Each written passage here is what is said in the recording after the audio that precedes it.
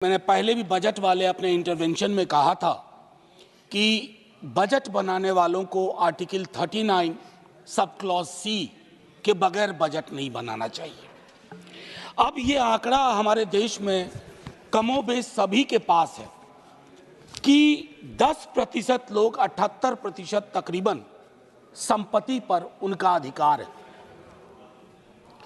क्या हमारे देश में प्रियम्बल के मद्देनजर ये व्यवस्था नहीं हो सकती कि 1% सुपर रिच को टैक्स करने का प्रावधान करें ताकि हमारी बाकी नीतियां सुचारू रूप से चल पाए, हमारी प्राथमिकताओं में जो समूह है उसके लिए हम काम कर पाए।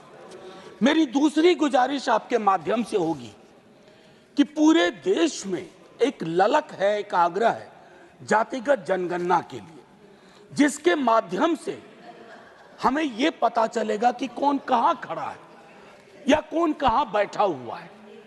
फिर हमारा बजट प्रभावी होगा, क्योंकि हाल के दिनों में हमने देखा है अपने पड़ोस के एक देश में लोग बाकी कारकों के अलावा जो लोग आर्थिक प्रगति में अपना चेहरा नहीं ढूंढ पाए वो सड़कों पर उतर आए और सत्ता बदल के रख दी। मैं समझता हूं हम लोगों को प्रिवेंटिव स्टेप्स लेना चाहिए।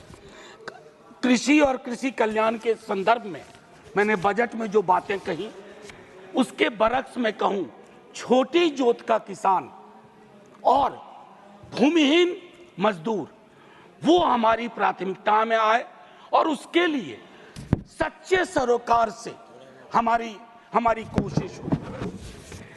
इंटर्नशिप की व्यवस्था की गई है।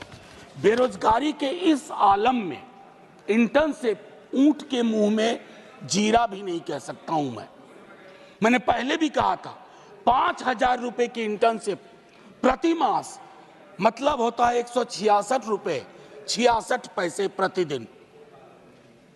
ये न्यूनतम मजदूरी से कहां ऊपर है कहां नीचे है, इसका आकलन होना चाहिए।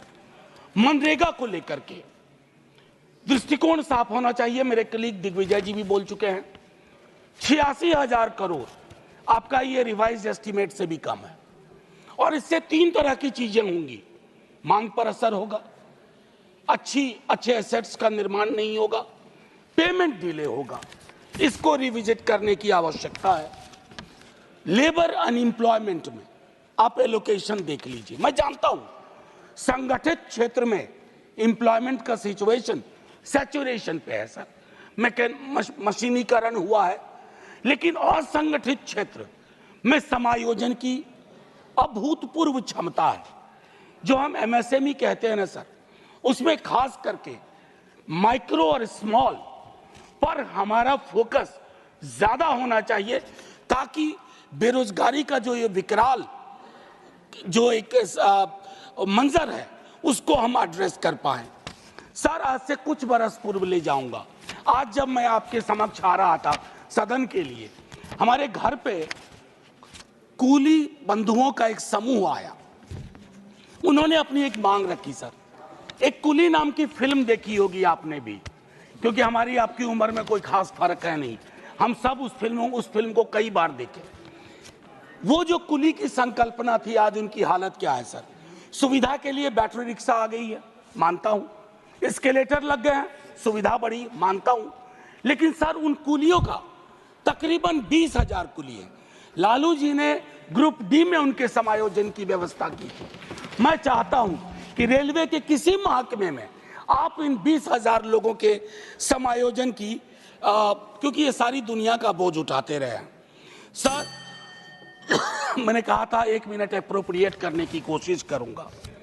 बजट एलोकेशन यूजीसी का अगर हम देखें तो वह गंभीर विषय है सर। हायर एजुकेशन के लिए जो नजरिया होना चाहिए उसमें मुझे कमी दिखती है। प्राइवेटाइजेशन से शिकायत अभी नहीं कर रहा हूं, लेकिन पूरी की पूरी हायर एजुकेशन का अगर आप पिरामिड देखें वो पिरामिड फ्लॉड, उसको आपको बदलने के लिए मैं समझता हूं काफी कुछ करना होगा, इंक्लूडिंग रिसोर्स एलोकेशन। चूंकि ये कश्मीर पर भी है एप्रोप्रिएशन का मामला, तो मैं आपसे एक बात बस कह के खत्म करूंगा। फाइनेंस मिनिस्ट्री ने 20% कट किया है इंपोर्ट ड्यूटी में वॉलनट और एप्पल में। लोअर प्राइस के कारण कश्मीर के कृषकों की समस्या अब समझिए। उसके अलावा जो स्लैशिंग ऑफ इंपोर्ट ड्यूटी है 70 से 50%, वो वॉशिंगटन एप्पल पे, यानी कि वॉशिंगटन का सेब, उससे कश्मीरी सेब उत्पादकों पे कितना फर्क पड़ा है, ये फिनेंस मिनिस्ट्री को समझना चाहिए। और एक और आखिरी टिप्पणी करूंगा, ये जो कश्मीरी सेफ्रॉन है, आपने इंपोर्ट फ्री सेफ्रॉन ईरान से मांगा कर लिया, नतीजे में क्या हुआ है, कश्मीर का जो सेफ्रॉन का पूरा यूनिट है वो छत विच्छत महसूस कर रहा है।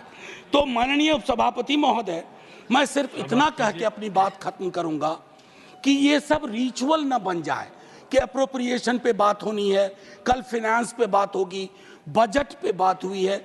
अगर सरोकार प्रदर्शित किए जाते हैं, और ये इसलिए नहीं है, कोई भी परमानेंट नहीं है सर, न वो परमानेंट वहां है, न ये लोग परमानेंट यहाँ है, ये बदलाव होता है, लेकिन सामूहिक सरोकार